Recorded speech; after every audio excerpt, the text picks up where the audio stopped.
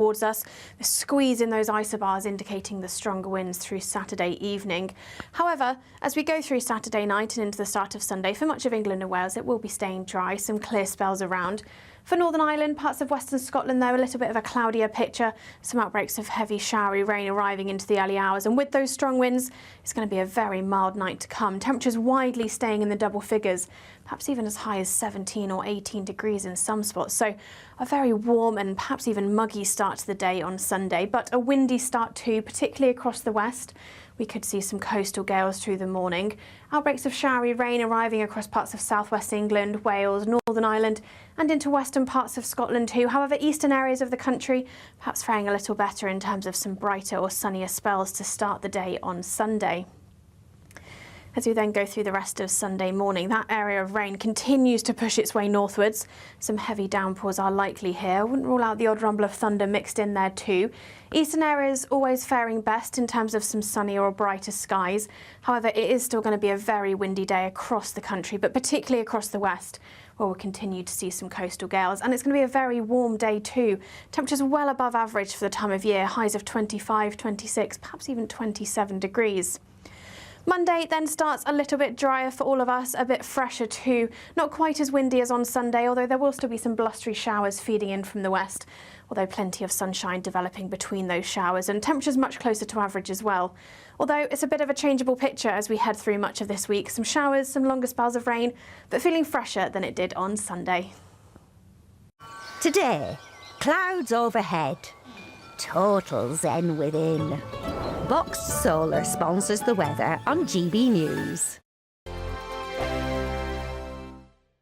This is your chance to win a motorhome and cash in our biggest giveaway to date. Courtesy of Marquis Leisure, you could be the proud owner of this 2025 Benamar Primero. It comfortably accommodates 4 people and can be driven on your standard driving licence. Plus, you'll also bank an incredible £30,000 in tax-free cash to spend on anything you like. Make sure you don't miss out. For another chance to win, text WIN to 63225. One entry costs £2.50 plus one standard network rate message, or text BONUS to 63225. 5 entries cost £5 plus one standard network rate message. Go to gbnews.com/win. Entries start at £2.50. Call 0903 686 3232. Calls cost £2.50 plus your network access charge. Or post your name and number to GB16 PO Box 8690 Derby DE1 9TT. UK only. Entrance must be 18 or over. Lines close at 4 p.m. on the 31st of October. Please check the closing time if listening or watching on demand. Good luck. From the school run to the home run, watch a new show for all of Britain. So he can say whatever he wants. A straight talking show where all voices are heard. And, you know, when are we going to stop talking about smashing the gangs and actually do it? With the stories that matter from every part of our country. There's a bit of a crash landing there for your Chancellor. Bold, fearless and standing up for you. That's me, Martin Dordme, 3 p.m. till 6 p.m. weekdays, here only on GB News. The People's Channel, Britain's news channel. Britain was once the envy of the world, but look around. A nation that no longer knows what it is or where it's going. A country that's broken. How do we fix Britain? How do we bring it back? Friday night with Matt Goodwin at 8 p.m. only on GB News. You want to know what's really going on in the corridors of power? Labour don't know what to do with you half the time, and that makes you quite lethal in the chamber. Get behind the headlines with Chopper's Political Podcast. Join me, Christopher Hope, as I sit down with the great and the good of British politics. We'll see where this ruling takes us. These are the stories shaping our nation. Chopper's Political Podcast, available now on all platforms. Listen in and stay ahead. Join me, Nana Akweer, for an informative, interactive news programme with a difference. It's fun. No, he didn't say that, Dave. I'm so surprised. I think there's an element of truth to that. Join me from 3 p.m. every weekend, only on GB News, Britain's news channel. In the GB Newsroom, we bring you the news as it happens. With our team of dedicated journalists across the UK. We're ready to keep you up to date with what's happening every half an hour, every single day. Bulletins here on GB News. The People's Channel. Britain's news channel.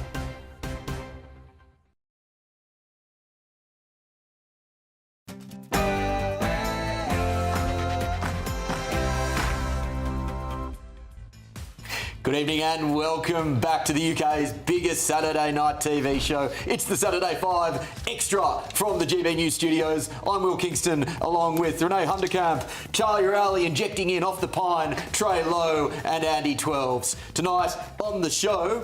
Shame on you! Shame on Britain! More trigger tantrums coming your way. And what does Keir Starmer's handwriting tell us about the real man? And Dame Andrea Jenkins isn't the only one who can bat out a tune. Stay tuned for more in the High Five. And it's your chance to grill the five. Get your questions in. And what's going on here? Like, anything we do, incredible. Yes, it's 8 p.m. and this is the Saturday 5 Extra.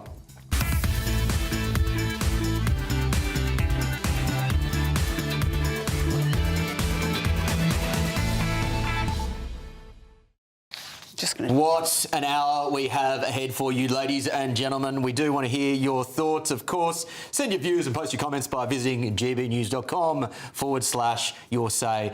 Coming up shortly, we do have Ask the Five. No topics are off limits, of course, so please get in touch with us. Before we start tearing each other apart, it's your Saturday Night News with Aaron Armstrong.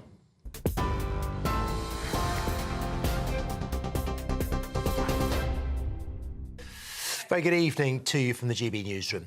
GB News can exclusively reveal more than 1,000 migrants have crossed the English Channel today. From 7 a.m. this morning, Border Force vessels and lifeboats responded to multiple small boats as they entered UK waters. It follows 10 straight days of no crossings due to bad weather and takes the total number of illegal Channel arrivals so far this year to more than 30,000. The landmark figure's been reached on the first full day in office for the new Home Secretary, Shabana Mahmood, who's been tasked with stopping the boats. It comes as Sir Keir Starmer has made sweeping changes to the Home Office as part of his government reshuffle. Yvette Cooper, as mentioned, replaced by Shabana Mahmood as Home Secretary, and now Angela Eagle, who was Border Security and Asylum Minister, and the Policing Minister, Dame Diana Johnson, have also left as the Prime Minister steps up efforts to tackle illegal migration. He's also reshuffled a number of other key ministerial posts after making big changes to the Cabinet yesterday, triggered by Angela Rayner's resignation. Nigel Farage has rowed back on yesterday's pledge that he'd stop small boat crossings within 2 weeks of taking office. The Reform UK leader made the claim at his party's conference, which closed earlier. However, he's since clarified the timescale, saying it would rely on any government he led passing laws first. Mr Farage told GB News he'd introduced similar laws to those passed by Australia over a decade ago. I'm looking at the Australian example. Australia grappled with this for years. The boats coming from Indonesia, they tried all sorts of things. They tried offshore processing. They tried to pass various pieces of legislation, and frankly, none of it worked. Until suddenly, in 2012, the Prime Minister of Australia said, I've had enough. He started towing the boats back to Indonesia, and within 2 weeks, they stopped coming. But you'd have to change laws, and that would take time. It would all have to go through Parliament to pull out the ECHR, yes, the refugee... It will take 2 weeks. Once we get the legislation in place, it will take 2 weeks. Once you get the legislation in place. It sounded yesterday like you said you would stop within 2 weeks of coming into power. We will stop within 2 weeks of legislation being passed. We'll stop the boats. At least 150 people have been arrested after violent clashes broke out at a demonstration in support of the banned group Palestine Action. The Met Police says its officers have been punched, kicked, spat at and had objects thrown at them during a rally in Westminster in which an estimated 1,500 people took part. Protesters held banners in support of the group, which has been prescribed under anti-terror laws. Piers Corbyn, the brother of the former Labour leader Jeremy Corbyn, was amongst those detained. And millions of mobile phones and tablets across the UK will sound an alert tomorrow afternoon.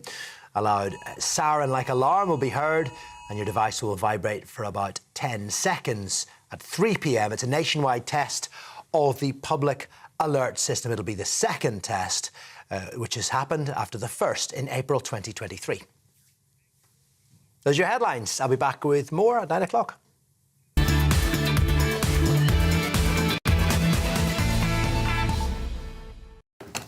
Thank you, Aaron. Yeah, that emergency warning system, a bit sinister to me. I'm not quite sure I'm fully on board with that one, but anyway. Turn it off. Oh, can you? You can turn it off in the settings in your phone. Oh, wonderful. OK. Well, in any case, welcome back to the Saturday 5 Extra. Still to come, we're going to be talking to someone who will give us a deep insight into what someone's handwriting can tell us about the real person behind the mask. Sir Keir Starmer has been under the magnifying glass of late. Wonderful to have coming in off the bench to inject some energy in the third hour, Charlie Rowley. Diane says, great, Charlie's back. Evening, Charlie, how are you? Oh, well, evening, Diane. I'm very well. How are you? Hope you're well. Oh, she can't speak, mate. I'm sure you're well. The way that television works is that we speak, we can't hear them. Call my taxi, please. They can get in touch, can't they? They can get in touch. GBNews.com. It's not a telephone. Yours say. Don't forget to ask the 5. No questions are off limits. And actually, that's a wonderful segue, because first, it's Ask the 5.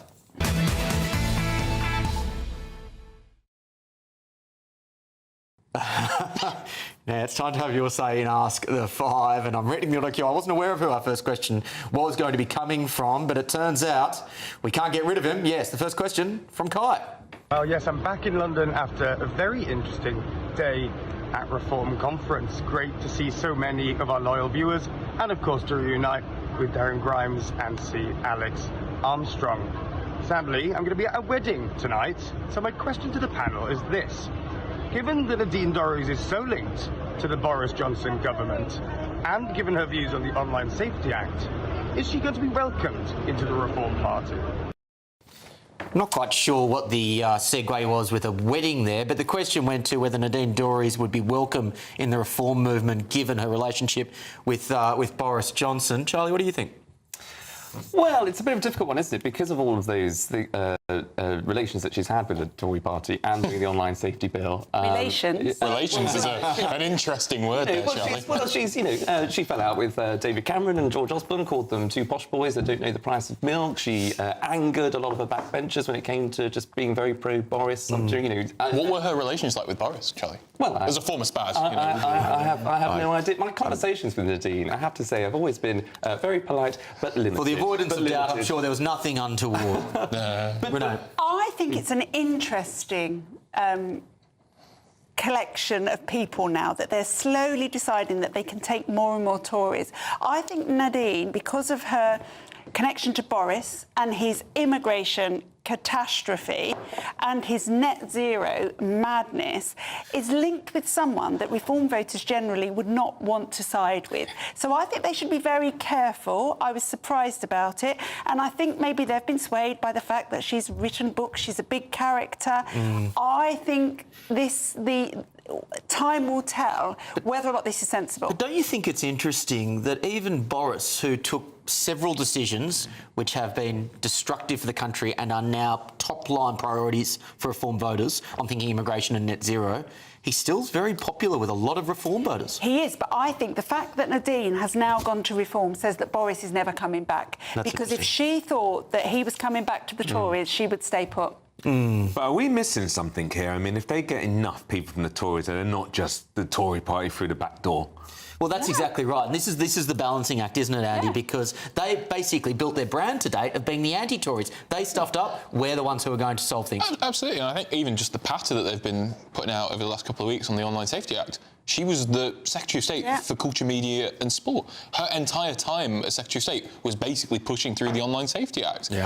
What does it look like if the author of the thing you hate comes and works for you? Do you know what I mean? And also, when she resigned as Secretary of State, she didn't come to Parliament for a year. She abandoned her constituency. Is that the kind of Reform MPs, is that the influence that we want on future Reform MPs? And I think that's the point. And the point that I was trying to make is that I think for Reform at the minute, they're prepared to overlook all of that because they see the headlines as another defection, the momentum coming to Reform. They're prepared to overlook the mistakes of the past at the minute. Well, great to see Kai doing well at that conference. As an aside, and that he's got friends. And that he's got wedding. Yeah, that's exactly right. Matt, probably just a family member, I suppose. Or a stranger he met in a pub. Those obligatory invites. And as an aside, as Kai said, it was great to see Alex Armstrong and Darren Grimes sharing a stage. It was blockbuster entertainment. You could cut the tension with a knife. Now, for our next question. Hi, Steve, Northumberland. Just wondering what the Five's thoughts are. Is there any hope left for free speech in this country after the arrest of Graham Linehan? And do you think Reform repeal those stupid laws? Possibly. Thank you. Yeah, whenever these silly non-crime hate incidents or increasingly ludicrous free speech topics come up, we ask, is this the tipping point? Surely enough is enough. Charlie, was this the tipping point? No. Well, that's a question and a half, isn't it? I mean, can it get any worse? And I probably think the answer is yes. Renee? Well, we spoke about this in the week, didn't we? Because I started looking into this in the week. And this is not just the Online Safety Act, which is going to be a nightmare. There are layers and layers of legislation that they've been putting in since 2000 to curtail our speech. This was actually part of the malicious communications segment of the Communications Act 2003. So we have to repeal all of these laws, not just the Online Safety Act. You're right. It's a web. It's the Public Order Act. It's the Communications Act. There's non-crime hate incidents as well. Well, I think it's not just going to be as simple as saying, right, turn the dial. I think obviously we can talk about Labour and Tory because they are, one's in government and one has a record in government. I think people turn to reform to be these kind of bastion of free speech. Let's look at what they're doing in Nottinghamshire.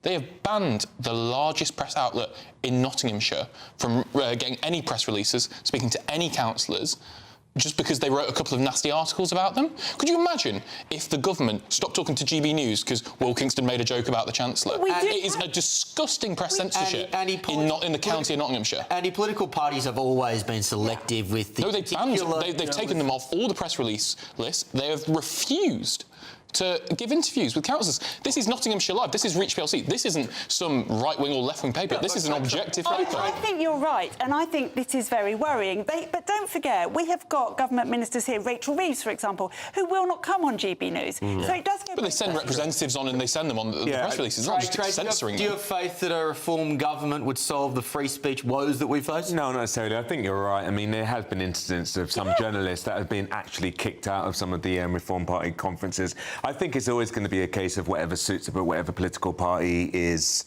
in government at the time, they're always going to want to censor whoever is going against their messaging.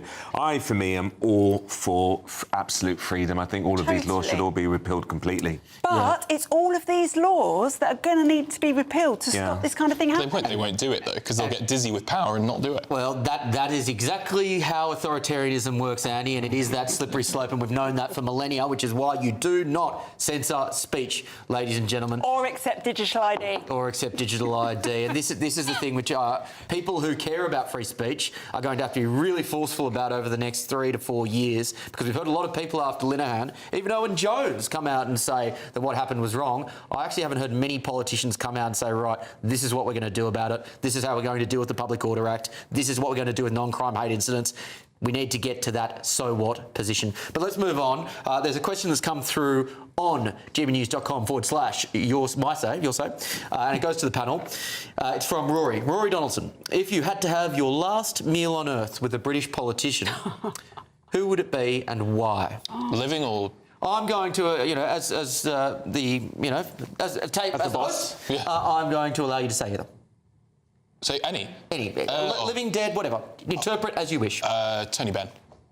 Absolutely. He was just an incredible intellectual of the Labour movement, like the posh boy that actually understood working class people in the trade union movement. I think, a dinner with him, particularly when he was in his prime, would teach Labour politicians more than they could ever know.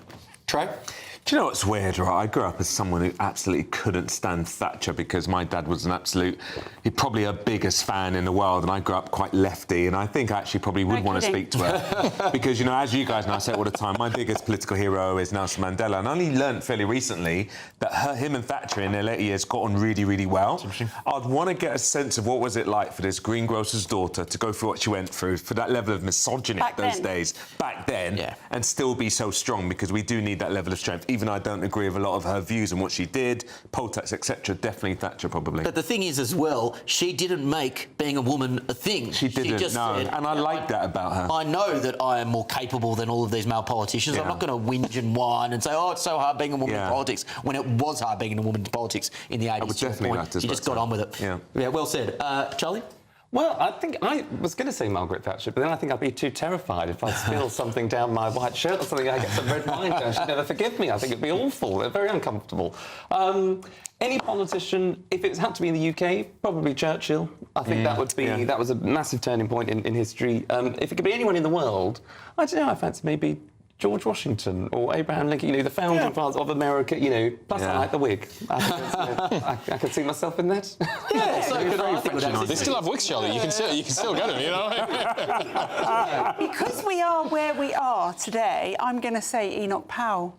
I'd like to listen to his, what he believed and why he believed it. Well, the interesting thing is, you know, if you said that 5 years ago, 3 years, maybe even 12 months ago, there would have been cries of, oh, that old racist, you know. There's a lot of people now saying, you know what, Enoch Powell, he was right. And I think there's been a revision of the Enoch Powell story. There is every chance I'll be arrested on my way home. Yeah, well, welcome to Starmer's Britain. Churchill is the obvious answer, but if I was to go further back, given that Charlie took it, I'm saying Disraeli. He sounded like he was great fun and a wonderful leader. And you hear these names that we have all mentioned, and it is interesting that we all defaulted to people who are sadly no longer with us. Isn't it? I think it speaks to the dearth of talent and charisma, intellect and moral fortitude in our current leaders. I would like dinner with Jacob Rees-Mogg. He'd be great. I think you can get that anyway, can't you, Renee? Just text him. And I've got one more that's come through, given that we were talking about dating advice. Panel from Bill, your worst date? Oh, God. Charlie. Oh, God, I knew you were coming to... Look, I don't know why I instinctively went to you, I just did. I know, you're drawn to me. You're taking me out. I've never been kissed. So I wouldn't know. Was it worst date? Worst date. Well, I think I have to take responsibility for this. I was invited on a date once, and I did show up about an hour and 45 minutes late. I wouldn't have still been there. I was quite fortunate. It didn't work out. You probably could tell. Renee, very quickly, any bad dates? I turned up for a date of a guy who looked about 6'5" and very slim and muscular, and he weighed about 28 stone. He then proceeded to split the bill with me afterwards. Oh, wow. Oh, I would probably ate a lot more, I should say that. I would love to get to that, because I think that is one of the great questions, and we all know if you're a gentleman, the only answer is the bloke pays. Anyway, coming up next, what does Sir Keir Starmer's handwriting tell us about the real man? Find out more after the break.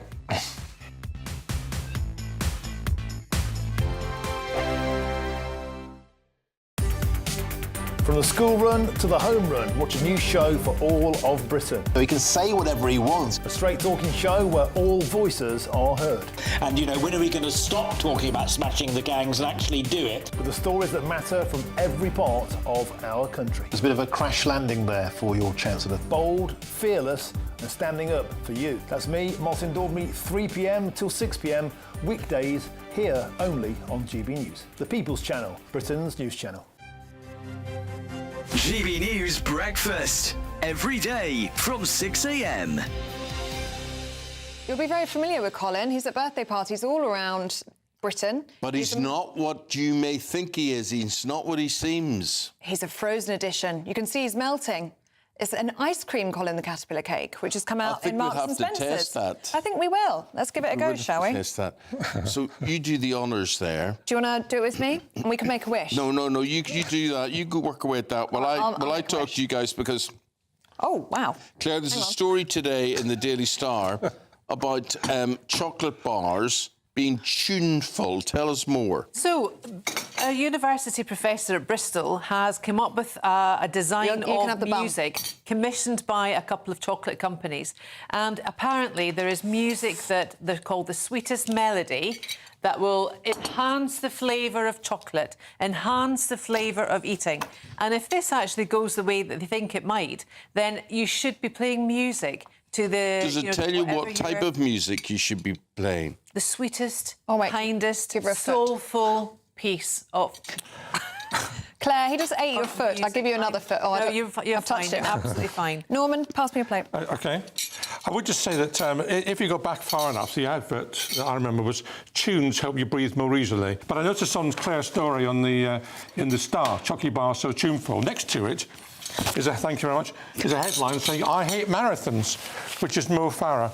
But apparently he's not talking about Snickers bars, he's talking about running. Maybe we're all eating too many chocolate bars. Well, yeah. I'm not going for a run. Yeah, because Snickers bars used to be called marathon. They did. Yeah. They did. But much better name. That was that. Right, should we give this a go? Let's give it a got a piece, I will say, quite difficult to cut, because obviously it's frozen. GB News, the People's Channel. Westminster's full of talk, but out here, it's the real world. Am I allowed to talk then? No, that's it. This is where it matters, real people and real lives. That's what politics is all about. The fact has Trump made a good start? No. Straight answers, no spin, and just a couple of pints. How many fingers have I got up? About 10. So join me for Lee Anderson's Real World every Friday at 7 p.m, only on GB News. The People's Channel, Britain's news channel.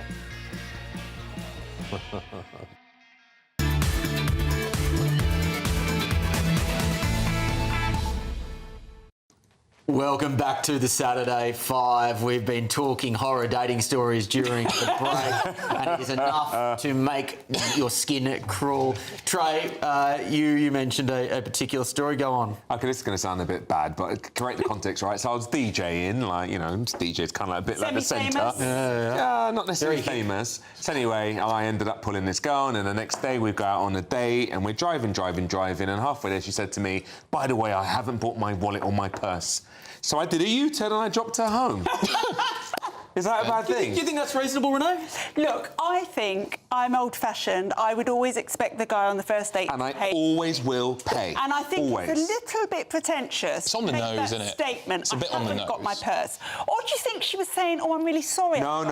It came from a declaration of you're just another guy that's going to buy me dinner, and that's that. Okay. And because my number one value in a potential partner is kindness, like I will not compromise on that. I just felt it was quite a selfish thing to do. Someone doesn't know you, and I would happily pay for dinners. In fact, I believe a man should always pay for dinners. Personally, but when you got that attitude, I was like, nope, you turn home. And I said, I didn't say a word, just dropped her home. Well, what would you do if you were in Trey's position? gbnews.com/your say. Yours is a bit more basic, Andy. Yeah, first time I met my wonderful girlfriend that I have at the moment, we were at dinner. We didn't actually know each other. I drank quite a bit of wine and an entire bottle of rum, and then was quite rude to her, threw up on her, and then she took me to bed. She took me into bed. She didn't do anything untoward, and then she didn't speak to me for a month. So, you know, but we pulled it back. We pulled it back. We pulled it back, and now she's my girlfriend. So, Did you offer to pay her cleaning bill? Oh, no, she's much more well-to-do than me. Yeah, absolutely. Oh, my God. He's not like me. I'm a male feminist. That's the lefty mindset. All to see. I love it. Yeah, look, I'm actually pretty impressed that you managed to pull that back. At all, mate. Anyway, well... You have lost a date when you've told them that you've worked on GB News, haven't you? Oh, yeah. Yeah. But I think the tide is changing. As everyone who would be watching knows, for the second month in a row, GB News is the top news channel in the United Kingdom. It's no longer acceptable to say, oh, you know, GB News is a far-right station or a conservative station. It's the people's station, and that now very much is reflected in the numbers. So I'm hoping that this will reflect in my dating I think another thing as well, Will, which I like, because you know me and you don't agree, but what I love when we talk about freedom of speech is a level of freedom. That's right. Those conversations. That's right. Here. Now, unless you've been living under a rock, you'll know that Angela Rayner resigned this week. You're kidding, mate. You're kidding. Really? What did she do? Her role as Deputy Prime Minister, Keir Starmer accepted her resignation in an interesting way. He wrote a handwritten letter. You don't often see it much these days. What does the Prime Minister's handwriting reveal about him? To discuss this, I am pleased to welcome handwriting expert Emma Bash. Emma, lovely to have you on the program. Well, why don't we start there? What can we learn about Keir Starmer from that letter? Well, first of all, how can we tell anything from any handwriting? I can tell almost every personality trait there is, other than the gender, age, and whether they're right or left-handed. Keir Starmer has, I think, for a Prime Minister, an interesting handwriting in that I think anybody can see it's quite irregular. You've got a slant that goes from the right to the left. You've got the sort of baseline, which is sort of the imaginary line that he's written on, is also very uneven. So I haven't seen his handwriting over the years because he doesn't actually have that much handwriting online for me to look at. But you know, this is a very emotional man, and he was very emotional when he wrote this. And I know that people think of him as, you know, rather cold and rather, some people think rather boring. I actually just see somebody who's almost disabled in that they cannot get rid of their emotion, and that always comes to the fore, and particularly with the letter that he wrote to Raina. And if you can just put it up on the screen again, you can see that the beginning of the letter, he writes quite neatly, and that the space between the words and the lines are quite even and sort of average. But then as we get on through the letter, his speed, which is generally quite fast anyway, speeds up even more, and the spaces become wild, and so does the irregularity. Now, one interpretation of this is that he just wanted to get the letter over and done with and do it. I actually see it more as a sort of emotional passion and, you know, real concern. Interesting. And of course, just the act itself was, I think, intended to send a message, because the art of the handwritten letter, and I think quite sadly, is becoming a thing of the past, isn't it? Isn't it, Emma? Well, people normally say to me, nobody writes anymore, which is actually blatantly untrue. In fact, I would say over the last 5 years, certainly since COVID, more people are writing, and a younger generation are certainly journaling. But you're absolutely right. What isn't happening is the handwritten letters to each other, which I think is a terrible shame, because it's a very intimate form of communication. And it certainly doesn't compare with sending a text or an email. I mean, how many of us have actually sent an email to the wrong person? I hope it's not just me. or actually sent an email, a disparaging email, to the person that you're actually talking about. You know, that just simply isn't going to happen, is it, when you handwrite a letter? And I believe that handwritten letters received amongst sort of final demands and bills and, you know, goodness knows what else, is actually a way of brightening somebody's day, unless of course it's a poison pen letter. I've seen a couple of those actually, but anyway. Which in politics you wouldn't rule it out, Renee. It's fascinating. I am fascinated by this, Emma. I really am. I want to know more about how you can tell somebody's personality from how they write, because surely writing is something that you learn. And for example, I write in a very similar way to my mother. Well, there are probably different traits of your personality that are quite like your mother. True. The thing is that we are hopefully all taught how to write, although I have to say, I think that maybe a younger generation, and certainly my children's generation, weren't necessarily taught to handwrite in the same way that I was. But as soon as you've left school, and as soon as you don't have to have handwriting that's legible and that the teacher is going to approve of, your own personality comes through the handwriting, because it is a fine motor coordination, which is unique, obviously, to humans. And when we pick up a pen or a pencil or any piece of charcoal, any writing instrument, we are directed by our brain and our personalities, but also our emotions towards the person that we are writing to, the thoughts that are going through our head at any one time, or even physically or mentally, emotionally, how we feel at that time. And so, if you like, it's a thumb sketch of the personality, and it's an insight into what's going on. And I mean, obviously, I'm very passionate about what I do, but I think actually in this day and age of technology, and the fact that maybe technology has reduced our really primal way of communicating, and we barely talk to each other, and we certainly don't look at each other anymore. I'm amazed that people don't get run over as they're, you know, crossing the street looking at their phone.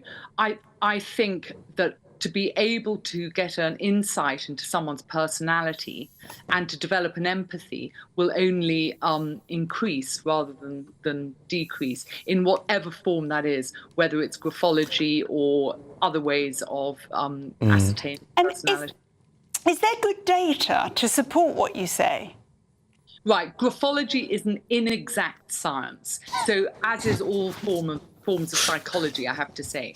But yes, there is data. I mean, for instance, the very first, well, the Italians and the Germans vie each other who was the first handwriting analyst. But we know that Julius Caesar's handwriting was actually analysed by one of his cohorts, and they equated various personality traits to various ways in which he made a mark on the paper.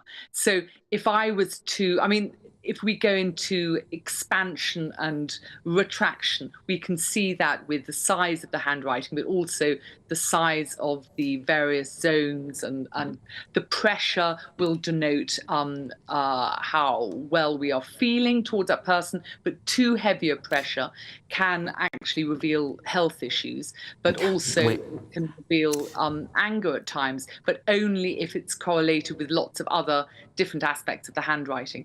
No one aspect means anything, but in conjunction with other aspects, it really does. Amazing. Interesting. We've got time for one more. We've got time for one more quick question here, Charlie. Well, thank you very much. I mean, he got a lot of criticism because it's of his handwriting. I have to say, it looks about as good as mine. You said it's because he could be seen as a sensitive or emotional. Is it also the fact that if you're left-handed, like I am, it's the only bit of left in me, that you also seem to be more creative? Is there something in there? Are left-handed people who write left-handed, is there more creativity there, or is that a myth? I don't know about more creative, because about 1/10 of the population are left-handed, but it's the one thing that I cannot tell, and it's a very interesting question, it's a very salient question, because our copybook style, how we were taught to write at school in the West, goes with a slight right slant.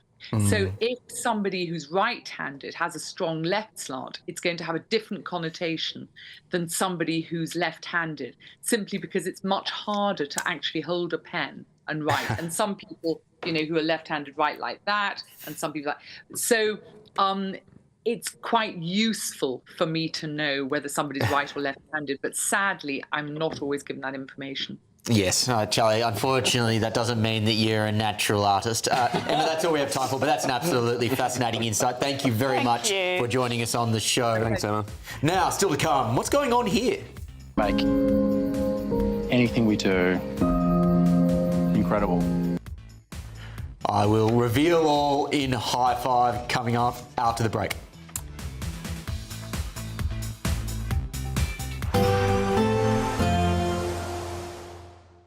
Can't wait to get in that sea. Lovely and warm. Just like the feeling of having great travel insurance. All Clear Travel Insurance sponsors GB News travel destinations forecast. Hello. We may see a few showers over the Balearics during the course of Sunday. Meanwhile, it's looking fine in Italy. Lots of sunshine for Greece and most of Turkey too. Just a few showers inland. Most of the beaches staying dry and sunny. There will be a few showers, as I said, heading south across Mallorca, perhaps affecting Ibiza as well, and northern parts of Tunisia seeing a little bit of rain. And there's a weak weather front which may bring thick cloud and the odd spot of rain to the Algarve on Sunday. That clears away though by Monday. All Clear Travel Insurance sponsors GB News travel destinations forecast. Good evening, welcome to our latest GB News weather from the Met Office. It was a dry and mostly sunny day for most of us today, however changes on the way as we head through the rest of the weekend. Outbreaks of rain on the way and some strong winds increasing too. It's all thanks to this area of low pressure moving its way slowly towards us. The squeeze in those isobars indicating the stronger winds through Saturday evening. However, as we go through Saturday night and into the start of Sunday, for much of England and Wales it will be staying dry, some clear spells around. For Northern Ireland, parts of Western Scotland though, a little bit of a cloudier picture, some outbreaks of heavy showery rain arriving into the early hours, and with those strong winds, it's going to be a very mild night to come. Temperatures widely staying in the double figures, perhaps even as high as 17 or 18 degrees in some spots. So a very warm and perhaps even muggy start to the day on Sunday, but a windy start too, particularly across the west. We could see some coastal gales through the morning. Outbreaks of showery rain arriving across parts of southwest England, Wales, Northern Ireland and into western parts of Scotland too. However, eastern areas of the country perhaps faring a little better in terms of some brighter or sunnier spells to start the day on Sunday. As we then go through the rest of Sunday morning, that area of rain continues to push its way northwards. Some heavy downpours are likely here. I wouldn't rule out the odd rumble of thunder mixed in there too. Eastern areas always faring best in terms of some sunnier or brighter skies. However, it is still going to be a very windy day across the country, but particularly across the west. Well, we'll continue to see some coastal gales, and it's going to be a very warm day too. Temperatures well above average for the time of year, highs of 25, 26, perhaps even 27 degrees. Monday then starts a little bit drier for all of us, a bit fresher too. Not quite as windy as on Sunday, although there will still be some blustery showers feeding in from the west, although plenty of sunshine developing between those showers, and temperatures much closer to average as well. Although it's a bit of a changeable picture as we head through much of this week. Some showers, some longer spells of rain, but feeling fresher than it did on Sunday. You want to know what's really going on in the corridors of power? Labour don't know what to do with you half the time, and that makes you quite lethal in the chamber. Get behind the headlines with Chopper's Political Podcast. Join me, Christopher Hope, as I sit down with the great and the good of British politics. We'll see where this ruling takes us. These are the stories shaping our nation. Chopper's Political Podcast, available now on all platforms. Listen in and stay ahead. Mornings don't have to be tiresome, especially if you have the right company. Wake up to news as it happens, opinion and debate, and of course, a little bit of entertainment too. Because when the kettle's on, we're on. That's Breakfast on GB News, a show worth waking up for. Every morning from 6 a.m. Only on the People's Channel, Britain's news channel. We'll spread the news, you spread the word.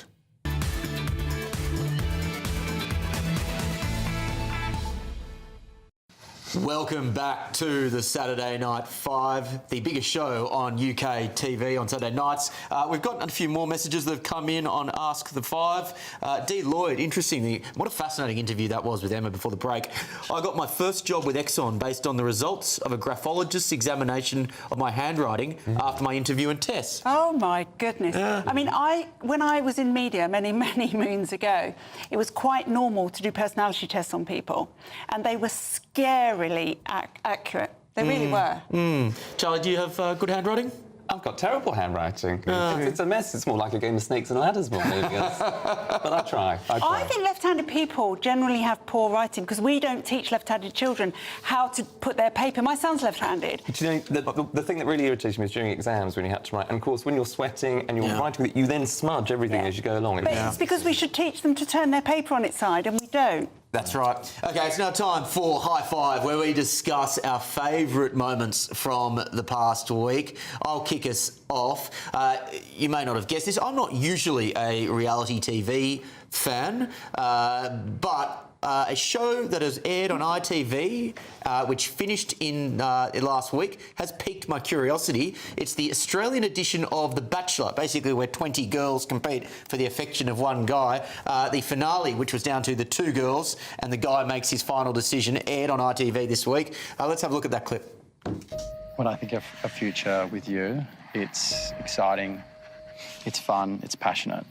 You make anything we do incredible. Now, I don't imagine the crossover audience between the Saturday 5 and The Bachelor is huge, so I'll fill you in. The winner of The Bachelor Australia, airing on ITV in the last week, was Holly Kingston, who turns out to be my sister. They are now married. They have had their first child, Lennox, about 6 to 8 months ago. They're very, very happy. So it is wonderful that love story, and it's probably a slightly a story which you may not expect to have turned out in the way it did. It's wonderful that they're very happy. A lot of love to my sister back in Sydney. If there was the opposite show, would you go on it? Well, funny you say that, Renee, because I did, and I don't want to reveal too much, I did get a call from the producers after my sister went on the show saying, we're looking to create the next season of The Bachelor. Would you be interested in auditioning? Because they thought it would be a nice story. You know, Holly's found love on The Bachelor. Can Will do the same? I think I am better suited to political commentary, so I politely declined. But having now thought about my dating woes, it may have been a missed opportunity. But to be honest, I think if you're going to be one bloke who is with 20 girls fighting over you, you have to be a pretty good sort of top talent. And I'm not saying I'm, terrible, but I don't think I'm 20 girls fighting over me quality. I suppose you could do The Bachelorette, where it's 20 men and one girl. Yeah. Then you're with the pack. Yeah, I'm not sure I'd do well either. Messaging. Renee, what have you got for your high five? Although mine is a sad story because somebody died, I thought it was something that we should actually just celebrate and mark the passing of Giorgio Armani. Aged 91 this week, literally the king of fashion. He basically expanded his empire, not just from clothing on the red carpet, and dressed just about every actress and model you can think of, but he expanded into sportswear, beauty, fragrance, just everything. And he was a pioneer in the fashion world. And when any of these people die, we should just mark that passing, look at their work and say, here, here. He was also the first designer to ban underweight models from his catwalk. What a career, what a man. Trey, you're a very fashionable young man. What do you make of this? Do you know what I love about things like this, especially... What I love about things, especially creative people, is the legacy that they leave behind. So I'm one of these people, and I know some people might think kumbaya when I say it, but I don't think these people ever go. I mean, the man, the legend, his everything about him will still live forever. I just think it's beautiful. Well, exactly. Yeah. You just when you create something like this, you never ever die. What a man. Well said. What do you have for us, Charlie, for your high five? Well, this bit, it won't be easy. You'll think it's strange when I try to explain how I feel. Anyway, you're adjusting your TV sets if you're driving, if you've just... This is a new trend. I was looking at a glass of wine just there. I think we call that an Andrea Jenkins moment. Exactly. Don't be alarmed. Elaine Page and each a half down. But, of course, that was the hit from Evita, Andrew Lloyd Webber musical, Don't Cry For Me, Argentina. It has been the show of the summer, and I was fortunate enough to be there this afternoon. It closes today. A great political story. We're going through lots of political times at the minute here, but it was a fantastic story, as I say, where she comes out onto the balcony and gives access. It gives access to the theatre for pedestrians and people. And we've got a clip. And we've got a clip.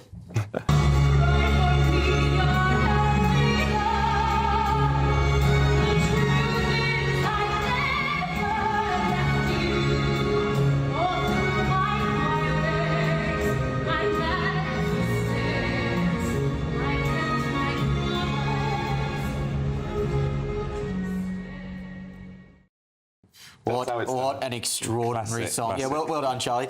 Trey, what have you got for us? So, for my high five, I've got a lovely prank, which I thought was absolutely brilliant. And that was a very enterprising member of the public left a phone in the Commons. And their idea was to actually have it stream something from maybe some sort of dodgy site and make sex noise while the Prime Minister was engaged in question times. I think it's an absolute genius idea. And I think with our current political climate, thank God that their surname wasn't Fawkes and they were leaving something else a little bit more nefarious. How did they get the phone in? Well, exactly. That's the question. That's the question that nobody knows. But it would have been absolutely funny, isn't it? But you know what? There is a serious side to this. There is a serious side. And we are short on time, but we will get to that. And now the public's been banned from going in the chamber. Well, that is serious. Andy, your five? Yeah, keep it quick. Andrew Jenkins, the mayor of Greater Lincolnshire, has made an absolute fool of herself. Watch this. Oh, it's just me. Oh, is there no clip? She sang this great just I'm an insomniac, I'm an insomniac. Absolute fool. To be clear, we're talking about Topshop is the Oh, is this Topshop? Oh, Topshop are back. Topshop are back. They're back on the high street. They're coming back in February 2026. I thought I was talking about Andrew Jenkins. No, they're back. Topshop and Top Man are back in February. This is going to be absolutely amazing. I'm really excited. This is excellent. Well, there you go. I was actually wondering, how that actually made your week brighter, but it is great. This is huge news for maybe Essex. They've booked her to go and sing at Topshop. I do think it's a good. It's really good though. Topshop were always a decent shop. Great shop. Who owns it now? Not Philip Green. Not Philip. No. I don't know who. I didn't read the story that much. I was just so excited. Andrew Jenkins. It could be. To tie together that a tad awkwardly, maybe Andrea can sing at the launch of Topshop. Do the jingle. I think that'd be great. Next up, more of this. Shame on you! Shame on Britain! Yeah, jeez, they just keep coming, don't they? Our final day for Cricket Tantrums, right after the break. You're live on 7 and 5 on GBNews. Oh my word.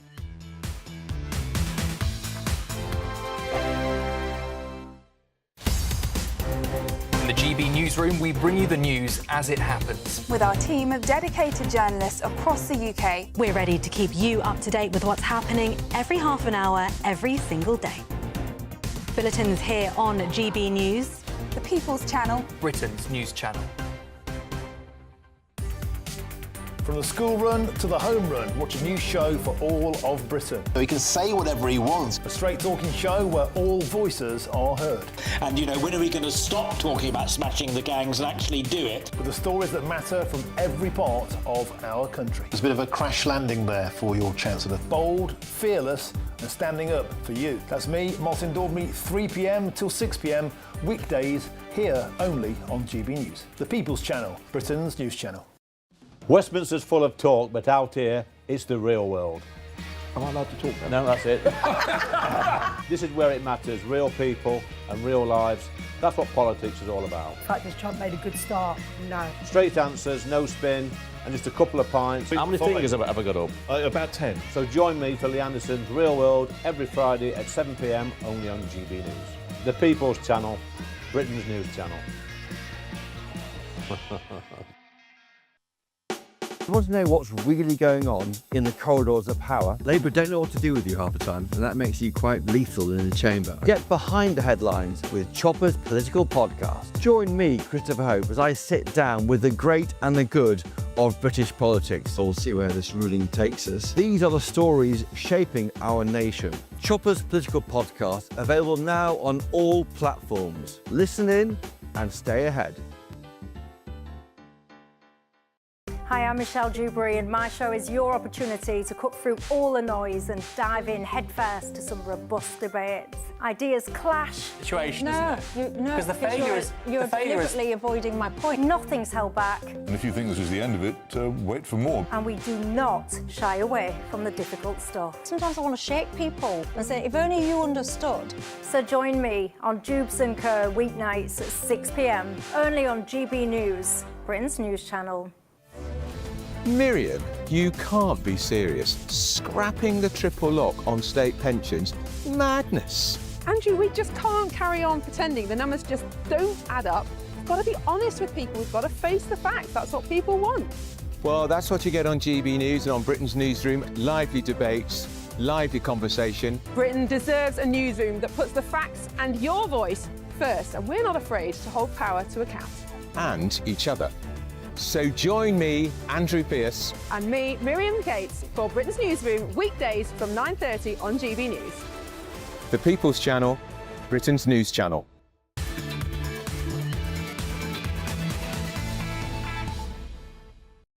Welcome back, ladies and gentlemen, to the Saturday 5 Extra. I do have a bit more respect for what Alex Armstrong has to go through on this show on a weekly basis. It is a tough group to keep in order. We have 3 triggered tantrums to go. Trey, what tantrum do you have for us? God, I've got the giggles as well. So I've got the doorbell Karen and the grasshopper. It sounds like a dodgy band, doesn't it? But let's roll the tape. Listen, I know it's the weekend, it's Sunday, so you're probably like visiting family or whatever, but between my house and your house is the Andersons. And I know for a fact the Andersons sprayed for pest control, like the exact same pest control that we use. So I know these are coming from your house. Look at this. This is disgusting. Ugh. Yeah, you're not wrong. Not wrong. Do you know what I love, though? I love the way the grasshopper really, played the part, isn't it? I mean, it's jumping all over the doorbell as well. Yeah. It ends up throwing it at the actual doorbell. But you can't believe that neighbours like this exist just because the neighbour, but one, forgot to actually put a bit of insecticide everywhere. She's not crazy stuff. Andy, you teased us before on what many people would have thought is a high five. You thought it was a tantrum. Andrew Jenkins, the elected mayor of Greater Lincolnshire, had a sing-song. Take a look. I'm an insomniac. I'm an insomniac. Staring at the ceiling. Waiting for my thoughts to switch on. Yes, I'm an insomniac. I'm an insomniac. And all I can hear is the sound of that clock. The sound of that clock. I'm an insomniac. What a tune. I'm reliably told. Charlie, thumbs up or thumbs down? Oh, she sued to judges' houses. I'm reliably told she actually she's a trained opera singer and recorded a pop album in 2006. It was weird, but it wasn't bad. Oh, I think that's a good way of putting it. The national when she murdered the national anthem later in the conference, so that was pretty unpatriotic, I have to say. Yeah. The jumpsuit was nice. Yeah, the jumpsuit was nice. Did you wear it, the jumpsuit? Try and get me out of it. Oh, you did. Hanging up later on before enough of that, Charlie. What have you got for us? Well, following on from Andrea at Reform Conference, which has attracted people length and breadth of the country. You get all sorts of people there having a good time. But there's always one person that wants to sort of spoil the party. Let's have a look at who it is. Shame on you! Shame on Britain! Shame! Shame! Tax the rich! Do something for the country! A vegan infiltrating Reform Party. Don't worry, that wasn't Kai being evicted there. But after all the energy that took up to carry her out, I think she could do with a good surf and turf. Or go and get yourself a steak and chips. There must be vegans who also support reform. Wow. Small faction, I fear. Small faction. Small part of the entire mix. But yes, you're right. Not in my circle. Do these people actually think that this sort of stuff actually helps their cause? That's what I don't understand. Do you know what? This actually gives a bit more credibility for reform, from me at least. You know, to have like conference protesters, I think is a tick on, a tick in the box on the way to becoming a really serious party. So it wasn't easy to get to, by the way. I mean, it's a brilliant venue in the NEC, but you actually have to, do a bit of walking. Is that the one that's by the airport, or is that the one in the city? By the airport, yeah. Oh, so if the protester does turn up, they really that's commitment. Do you know what? She's earned it. She's earned it. Good for her. Good for her. Yeah, but again, why do they act this way? I don't know. It's impossible to get into the mind of lefty loonies. What was her point? Yeah. That's what I don't get. Unclear, but... Unclear. She got in and she had her say, so good for her. Oh, well, I think we've already given her more time than she deserves. A few comments, ladies and gentlemen. As you well know, we read out more comments than any other show on GBNews. Mungo says, Charlie is very jolly. Isn't he just? Charlie, you do look jolly. You look very, well-maintained and pleasant. I'm with the best, of Saturday night telly. And Andy's here. Yeah, boom, boom, boom. Oh, dear, boys. Richard says, I was taught using pen and ink. You could not make too many mistakes or mess them without having to start all over again. If you make more, it makes you more careful and tidier. I love calligraphy. That's right, actually, particularly now with texting. You almost don't bother spelling because you know that the auto spell will do it for you. Is that, Renee, a bit of a sad loss to history? It is a sad loss, of course it is, because we are dumbing down our kids as they grow up, because these things are essential. I'm pleased to say the school that my daughter's at take handwriting very seriously and spelling tests every week. But I do have to say about handwriting, mine was good until I trained as a doctor. And then the reason doctors have bad handwriting is because you run around behind a consultant for hours, going like this, desperately trying to write in notes on your arm. Oh, AI. That's the future. Well, now, it probably is, isn't it? I've not been a junior doctor on award now for quite a few years. We have more from our audience. David Lammy has spent £521,525 on food and drink expenses since taking up the role in July. He wants reparations and he can't afford a pair of shoes. That is from Island of Strangers. I thought you said really the party of the working class. I thought you were going to say that was David Lammy writing it for a second. I was like, oh, this is big. That is the question. This isn't the first expenses insight that we've heard where they've basically started spending a bit more than they should have. I don't know. Are Labor really the working party of the working class? I don't know what that was referenced to, but he was Foreign Secretary. He does have an expenses budget to entertain foreign leaders. I don't know what the reference was there, but I imagine if it's with JD Vance or an ambassador or someone in duties, fair enough. Do you know what I mean? Like, buy a fishing licence, did he? No. Oh, I know. Listen, Lock him up. Listen, I mean, Charlie, what was your take on the rods? Do you know what I mean? What was the rodding licence that he required? What did you think of that? You are very bad. Well, that's right. So we're talking about fishing. His pint is gone. His pint is gone. I will call time Trigger on that. warning. I will call time on that panel.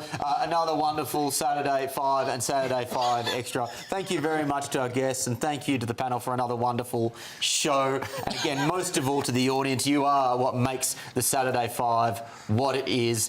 Without further ado, I will pass over to our erstwhile colleague, Alex Armstrong.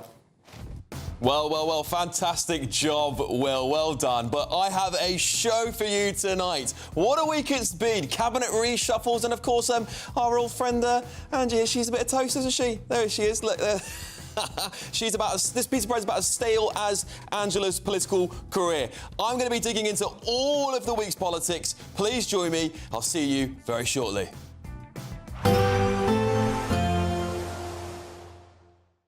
Expect warm spells with the odd rude interruption. Box Boiler sponsors the weather on GB News. Good evening, welcome to our latest GB News weather from the Met Office. It was a dry and mostly sunny day for most of us today, however changes on the way as we head through the rest of the weekend. Outbreaks of rain on the way and some strong winds increasing too. It's all thanks to this area of low pressure moving its way slowly towards us. The squeeze in those isobars indicating the stronger winds through Saturday evening. However, as we go through Saturday night and into the start of Sunday, for much of England and Wales it will be staying dry, some clear spells around. For Northern Ireland, parts of Western Scotland though, a little bit of a cloudier picture, some outbreaks of heavy showery rain arriving into the early hours, and with those strong winds it's going to be a very mild night to come. Temperatures widely staying in the double figures, perhaps even as high as 17 or 18 degrees in some spots, so a very warm and perhaps even muggy start to the day on Sunday, but a windy start too, particularly across the west. We could see some coastal gales through the morning. Outbreaks of showery rain arriving across parts of southwest England, Wales, Northern Ireland and into western parts of Scotland too. However, eastern areas of the country perhaps faring a little better in terms of some brighter or sunnier spells to start the day on Sunday. As we then go through the rest of Sunday morning, that area of rain continues to push its way northwards. Some heavy downpours are likely here. I wouldn't rule out the odd rumble of thunder mixed in there too. Eastern areas always faring best in terms of some sunnier or brighter skies. However, it is still going to be a very windy day across the country, but particularly across the west, where we'll continue to see some coastal gales. And it's going to be a very warm day too. Temperatures well above average for the time of year, highs of 25, 26, perhaps even 27 degrees. Monday then starts a little bit drier for all of us, a bit fresher too. Not quite as windy as on Sunday, although there will still be some blustery showers feeding in from the west, although plenty of sunshine developing between those showers, and temperatures much closer to average as well. Although it's a bit of a changeable picture as we head through much of this week. Some showers, some longer spells of rain, but feeling fresher than it did on Sunday. Expect warm spells with the odd rude interruption. Box Boiler sponsors the weather on GB News. You could bank an incredible £30,000 in tax-free cash to spend however you like. And if that wasn't enough, you'll also get to drive away in this brand new motorhome. This brand new 2025 Benimar Primero could be yours. It comes with all the mod cons you'd expect from a vehicle worth over £74,000 and comfortably sleeps 4 people. This prize package is worth over £104,000. For another chance to win, text WIN to 63225. One entry costs £2.50 plus one standard network rate message, or text bonus to 63225. 5 entries cost £5 plus one standard network rate message. Go to gbnews.com/win. Entries start at £2.50. Call 0903 686 3232. Calls cost £2.50 plus your network access charge. Or post your name and number to GB16 PO Box 8690 Derby DE1 9TT. UK only. Entrants must be 18 or over. Lines close at 4 p.m. on the 31st of October. Please check the closing time if listening or watching on